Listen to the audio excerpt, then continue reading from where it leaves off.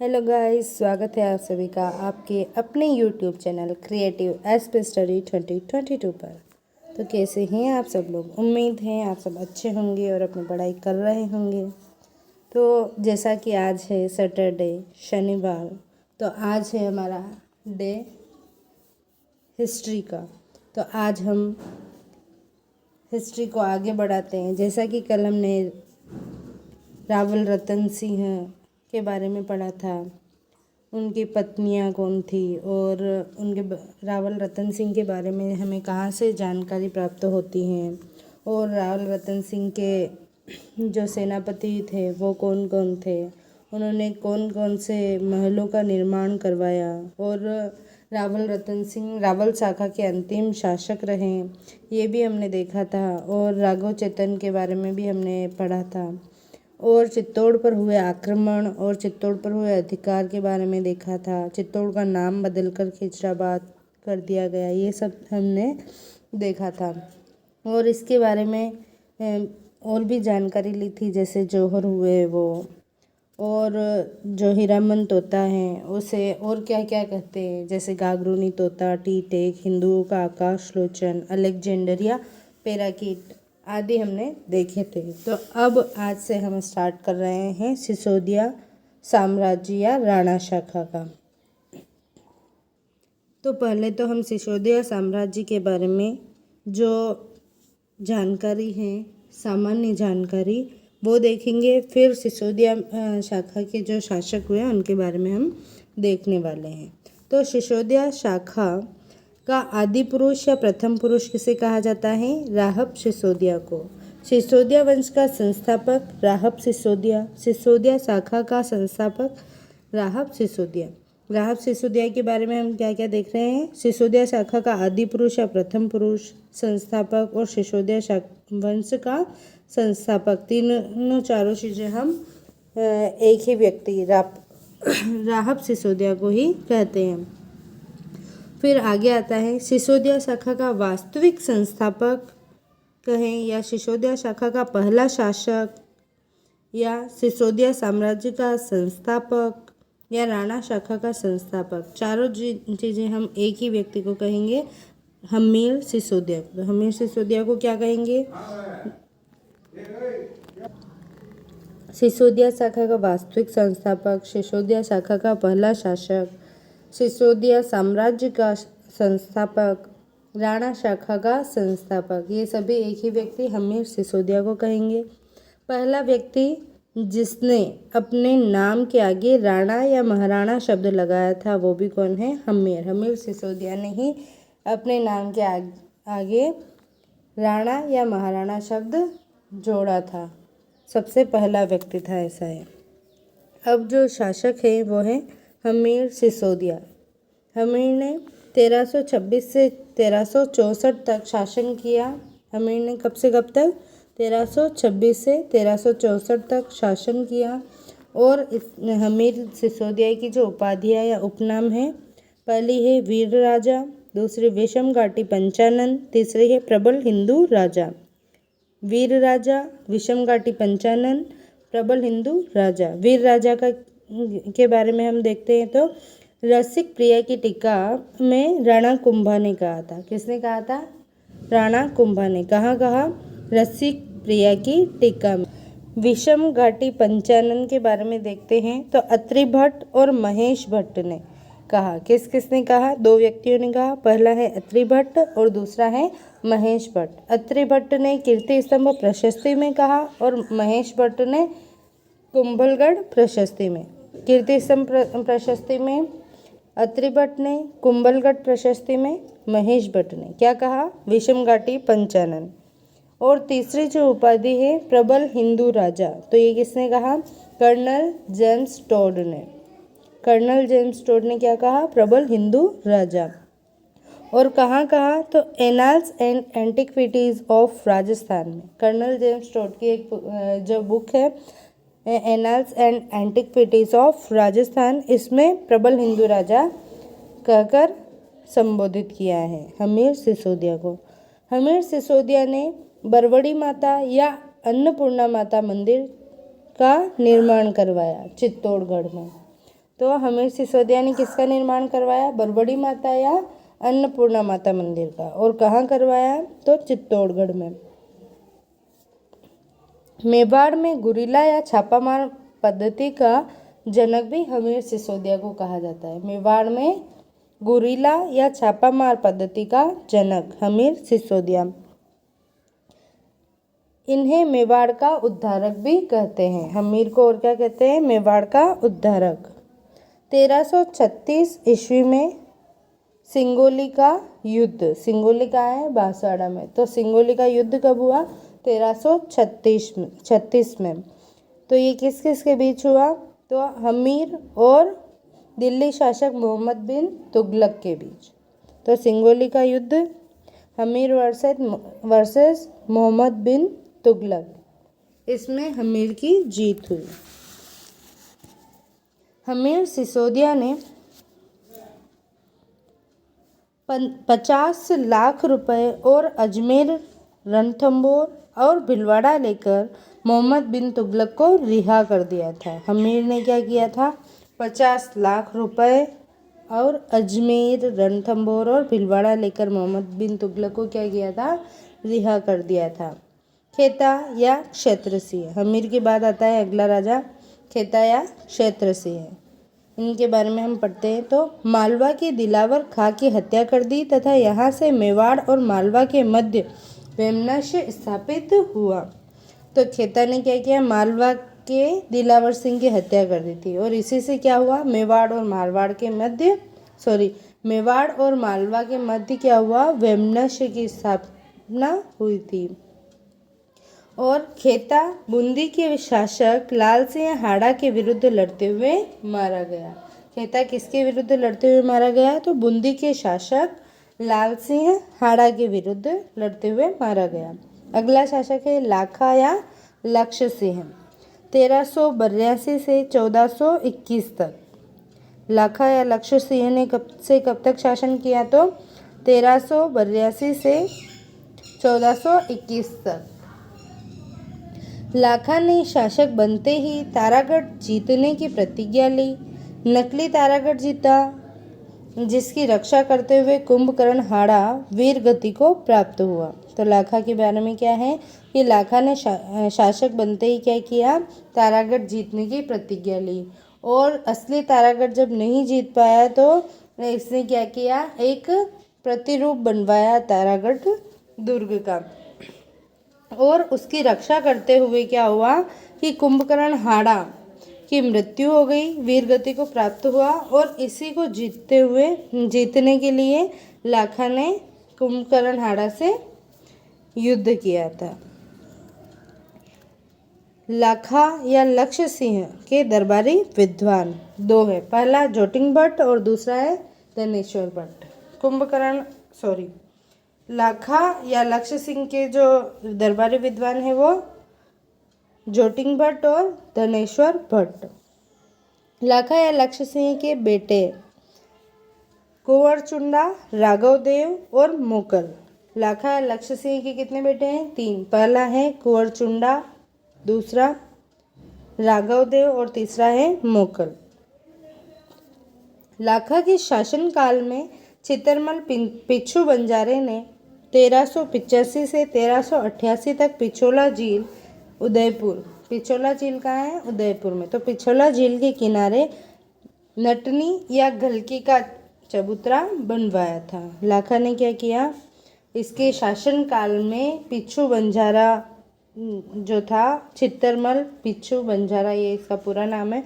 तो इसने क्या किया? 1385 से 1388 तक एक चबूतरा बनवाया। जो कहाँ बनवाया? पिछोला झील के किनारे। इस चबूतरे का क्या नाम है? नटनी या गलकी का चबूतरा। इसके शासनकाल में जावर चांदी की माइंस निकली। जावर कहाँ है? उदयपुर में। और यहाँ पर क्या निकली? चांदी की खान निकली थी। किसके समय? लाखा या लक्ष्य सिंह के समय जावर चांदी की खान निकली थी। इसका विवाह मारवाड़ की राजकुमारी हंसाबाई से हुआ, जिससे मोकल का जन्म हुआ। राणा लाखा का जो विवाह था वो हुआ मारवाड़ की राजकुमारी हंसाबाई से, जिससे मोकल का जन्म हुआ था। अगला, मेरों को परास्त कर बदनौर जीता था। मेरों को परास्त करके बदनौर किसने जीता? लाखा ने या लक्ष्य सिंह ने मेरों को परास्त किया और बदनौर जीता था। बनवीर चौहान को परास्त कर गोडवाड़ क्षेत्र जीता। लाखा ने बनवीर चौहान को परास्त किया और क्या जीता? गोडवाड़ क्षेत्र जीता था। गयासुद्दीन तुगलक सेकंड को परास्त कर गया, प्रयाग और काशी में लिए जाने वाले धार्मिक यात्रा कर को समाप्त कराया था। धार्मिक यात्रा, जो भी हिंदू लोग यात्रा पर जाते थे, धार्मिक यात्रा, इसके जो स्थान है गया, प्रयागराज और काशी, तो वहाँ पर जाने के जो यात्रा कर लिया जाता था गैर मुसलमानों के से, तो ये जो कर था इसको बंद करवाया किसने? गयासुद्दीन तुगलक से लाखा ने बंद करवाया था। गयासुद्दीन तुगलक द्वितीय को परास्त किया था और फिर ये कर समाप्त करवाया। लाखा द्वारा चुंडा या चुंडावतों को कुछ अधिकार दिए गए थे। वो अधिकार कौन कौन से चुंडा या चुंडावतों को दिए थे? तो पहला अधिकार था प्रथम श्रेणी के ठिकाने दिए। 4 प्रथम श्रेणी के ठिकाने दिए थे, आमेट, देवगढ़, बेगू और सलुम्बर। कौन कौन से? आमेट, देवगढ़, बेगू और सलुम्बर, ये चारों प्रथम श्रेणी के ठिकाने दिए थे। दूसरा जो अधिकार प्राप्त हुआ, राज्याभिषेक करने का अधिकार चुंडावतों को दिया गया। किसका राज्याभिषेक? तो मेवाड़ के शासकों का जो राज्याभिषेक है वो करने का अधिकार चुंडावतों को दिया गया। और मेवाड़ के हरावल होता है आगे, तो आगे के दस्ते के नेतृत्व का अधिकार भी प्राप्त हुआ था। हरावल दस्ते के नेतृत्व का अधिकार प्राप्त हुआ।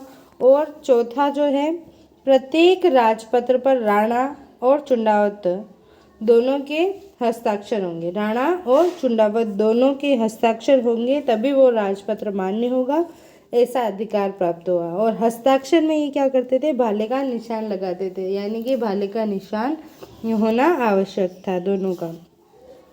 और पांचवा जो अधिकार है वो क्या है? राणा की अनुपस्थिति में चुंडावत कार्यभार संभालेंगे। पांचवा जो अधिकार है वो क्या है? राणा की अनुपस्थिति में चुंडावत क्या करेंगे? कार्यभार संभालेंगे।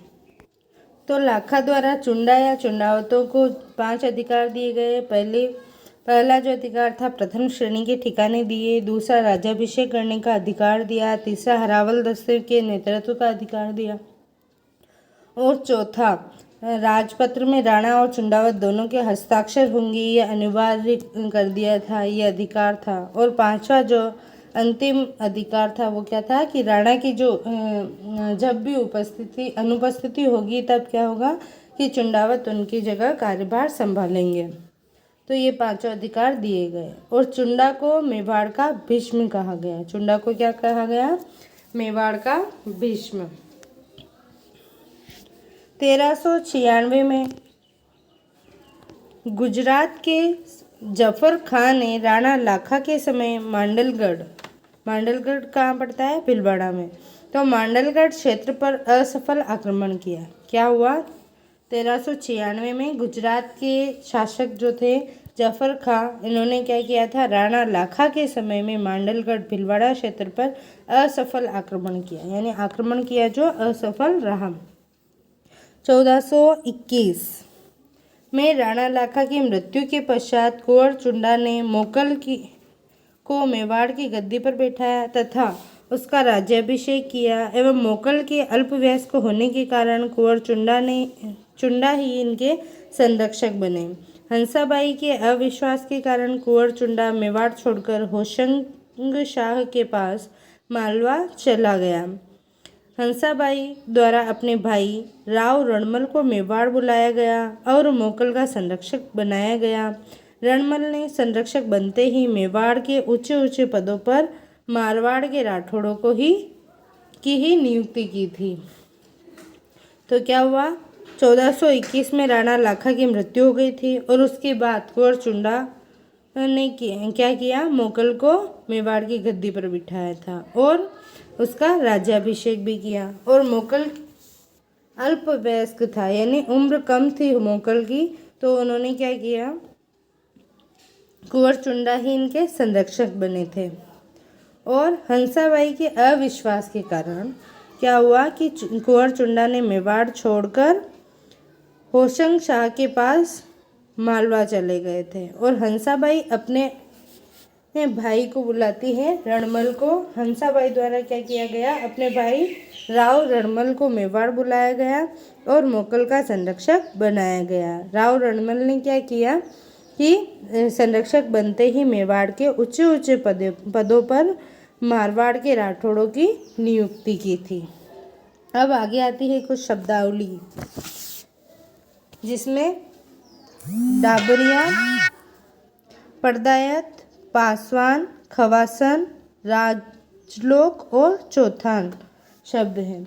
तो डाबरिया का क्या मतलब है, शासकों और सामंतों की बेटियों के साथ दहेज में जाने वाली कंवारी जो लड़कियां होती थी, कन्याएं होती थी, वो क्या कहलाती थी, डाबरिया। जो ये लड़कियां आती थी वो दासी के रूप में आती थी, काम करती थी सारे। तो शासकों और सामंतों की जो बेटियां थी उनके साथ जो दासियां आती थी, कंवारी लड़कियां आती थी दहेज में, उसे डाबरिया कहते थे।